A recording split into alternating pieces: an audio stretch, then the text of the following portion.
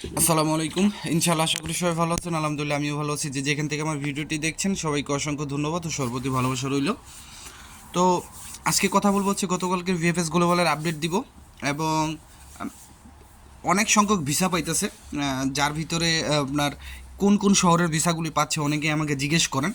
Family ভিসার কথা বলবো, ঠিক আছে। আর আপনারা সকলেই যারা মনে করেন এই বছর রিজেক্ট হচ্ছেন বা যাদের রেবোকারে করা হয়েছে, অ্যাটলিস্ট যাদের রেবোকারে করা হয়েছে তাদের মধ্যস্থকারীর কোনো হাত নেই এখানে, বা মালিকের কিছু করার নেই এখানে। এই বিষয়টা আপনাদের বলবো, হয়তো বা আপনারা অনেক খারাপ ভাবতে পারেন। এখন আমারটি রিজেক্ট হয়েছে দেখে না, জাস্ট আমি এখন দৌড়াদৌড়ি করতেছি, তো এই বিষয়টা নিয়ে জাস্ট আমি এখন বুঝতেছি। তো এই বিষয়ে আপনাদের কথা বলবো, আশা করি আপনাদের ভালো হবে। তো ভিডিওটা ভালো লাগলে অবশ্যই শেয়ার করবেন ইনশাল্লাহ।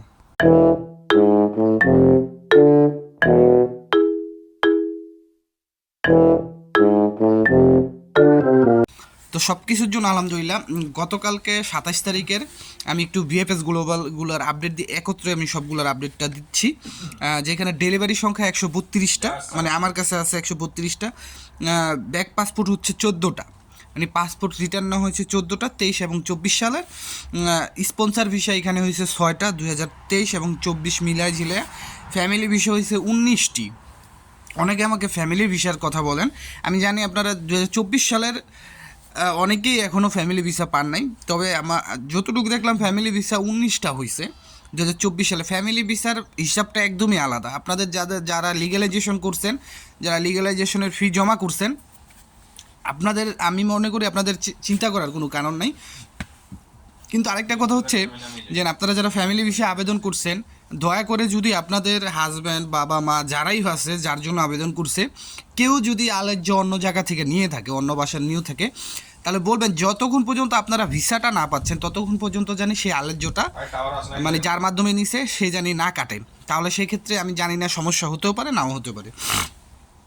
যেহেতু দেখা যাচ্ছে এখন আলেজ্যর কারণেই কিন্তু ম্যাক্সিমাম সিজনাল ভিসাগুলি আপনার রেবোকারে হয়ে যাইতেছে।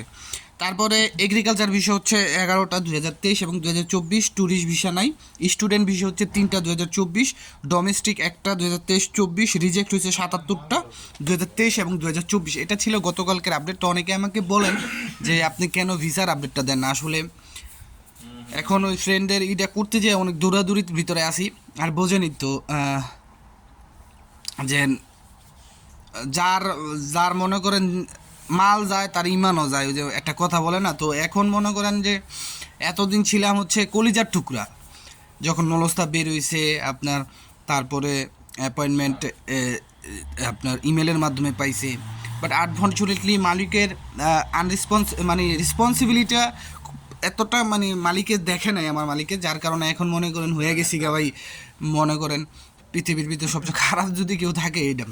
তো এই জন্যই আসলে এইসব কাজগুলি করা ঠিক না আমি মনে করি। আর যারা মনে করেন যে এক প্রকার ব্লগার, মানে এই ভিসার নিয়েই কাজ করে, তারা করলেও তাদের হাজার কিছু করলেও মনে করি হবে না। তারপরেও এখন মনে করেন সব কিছু সিস্টেম মতো করতেছি, যেহেতু একটা জিনিস হয়ে গেছে, মানুষের নুলস্তা বের হয় না। আর ওদের যারা রেবোকার হয়েছে তাদের নুলস্তাগুলি বের হয়েছে, ইভেন আমার বন্ধুরটাও বের হয়ে গেছে। শুধু মালিকে যদি আসছে ভ্যারাসিওন, আমি যেটা গতকালকে আপনাদের দিছি, মানে এটার একটা শপথ নিত বা গ্রহণযোগ্যতা দিত যে আলেজ্যটা মানে এই যে আমি যে বাসাটায় আছি, আমি যে বাসাটায় আছি, মানে কন্ট্যাক্ট করার জন্য এই বাসাটার একটা আলেজ্য লাগবে।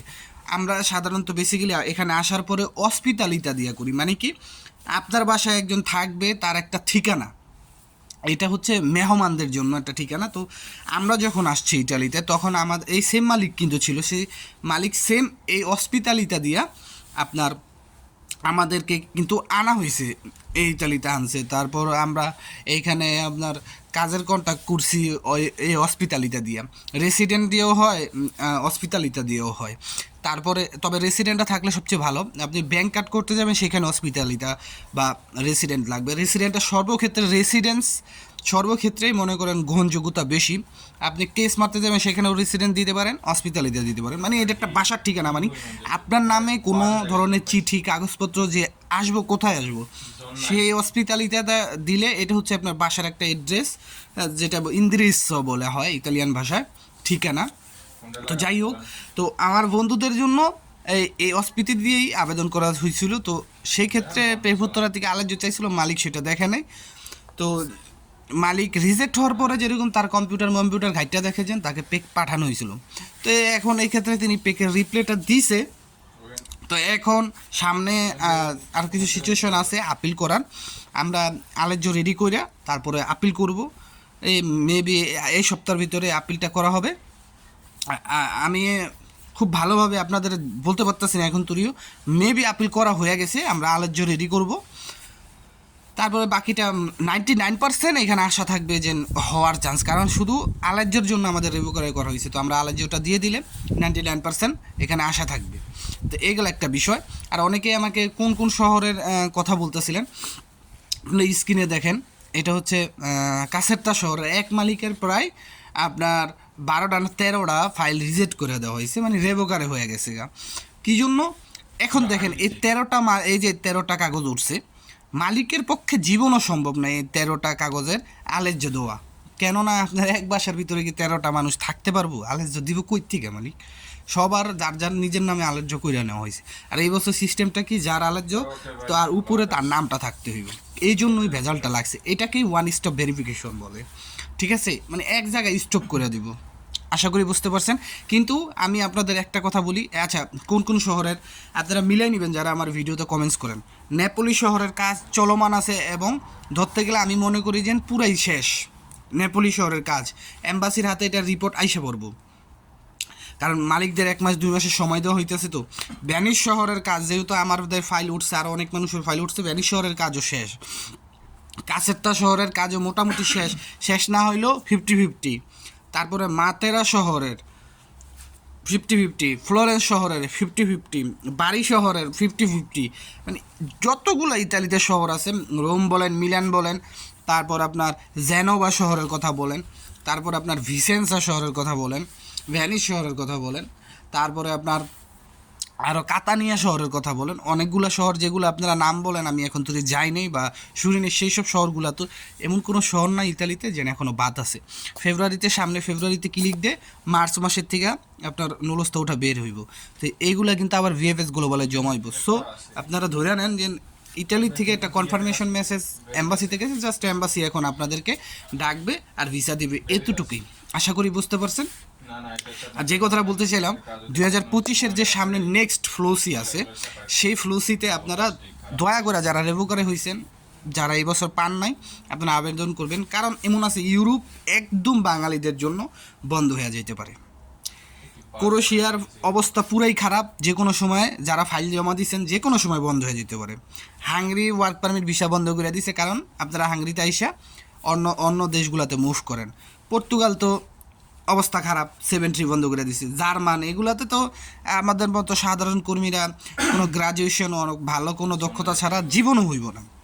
ফ্রান্স তো কথাই আসে না, লুক্সেমবার্গ, তারপর সুইডেন, ফিনল্যান্ড, এগুলো তো কথাই আসে না। একমাত্র আপনাদের অপরচুনিটি হইতে পারে ইটালি 2025 সালে, এবং আমার মনে হয় যতটুকু 2025 সালের পরে 2026 সালেও তারা আর একটা ফ্লুসি দিবে, যদি না দেশ তখন একটা সানাতুরিয়া দিতে পারে তারা।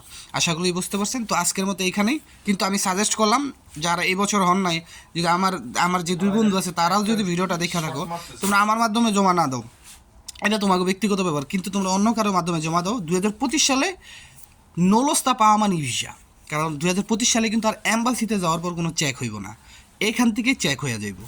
তো 2025 সালে যারাই আবেদন করবা, ইনশাল্লাহ আমি মনে করি ভিসা তোমাদের হওয়ার 99% সুযোগ আছে। তো তোমাদের জন্য আমি সবসময় দোয়া করি, আর আমি চেষ্টা করতেছি যে কিভাবে কি ভালো হয়।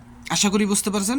তো সবাই একটুখানি দোয়া করেন আমাদের জন্য, আর আমার বন্ধুদের জন্য দোয়া করেন। আসলে এখন ভুক্তভোগী তারা ঠিক আছে, তাদের মন খারাপ থাকবে, কিন্তু আমার কারণেই 2টা লাইফের কিছু মুহূর্ত সময় নষ্ট হয়ে গেল। তো একটু তাদের দোয়া করেন, আল্লাহ জানি তাদের হেদায়েত দান করে এবং আমার উপরে ভরসা রাখে। সবাই ভালো থাকবেন, সুস্থ থাকবেন, সকলের জন্য দোয়া রইল। আসসালামু আলাইকুম, আল্লাহ হাফেজ।